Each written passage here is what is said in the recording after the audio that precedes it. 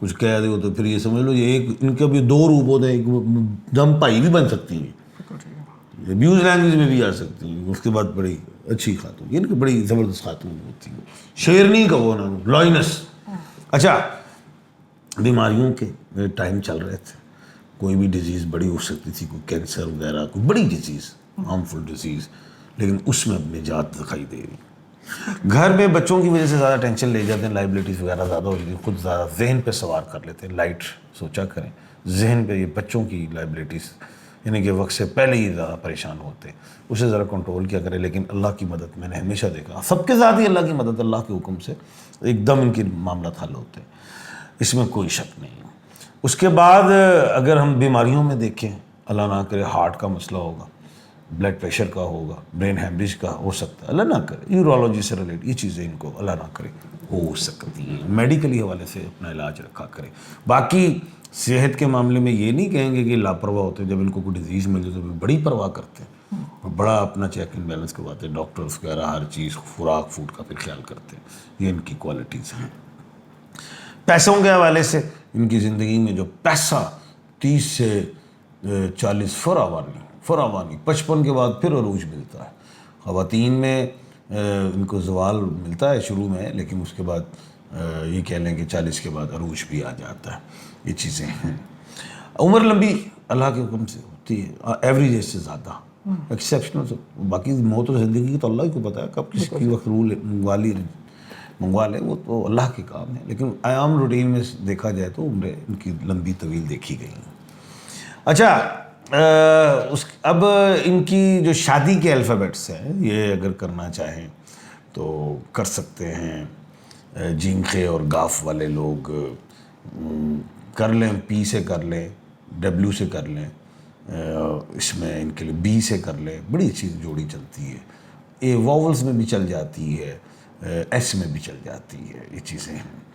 اچھا اس کے بعد کنٹریز میں بھی جو ہے دنیا میں ان کے لیے مڈل ایسٹ زیادہ بہتر رہتا ہے. یہ ایسے کنٹریز جہاں گرم ممالک ہوں وہ ان کو زیادہ سوٹ کرتے ہیں. گو کہ یہ سیر و سیاحت کے شوقین ہوتے ہیں, ٹھنڈے کنٹریز میں جائیں گے, ادھر نقصان ہو جاتا ہے. گرم کنٹریز میں ان کو زیادہ فائدہ اور بینیفٹس ملتے ہیں. بولنا چاہ رہے ہیں آپ؟ کیونکہ خود سیٹرن کے ہیں نا, اس لیے.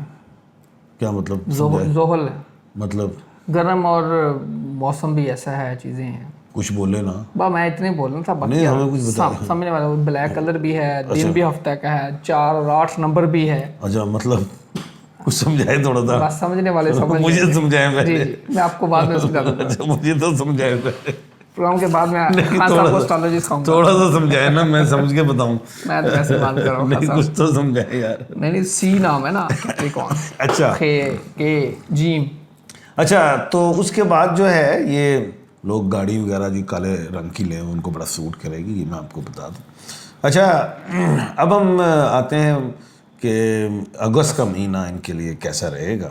اور اگست میں ستارے ظاہر ہے پوری دنیا میں وہی ستارے جو ہم نے ہر پروگرام میں بتا رہے ہیں. سورج 16 اگست کو ملے گا کہاں؟ لیو میں یار.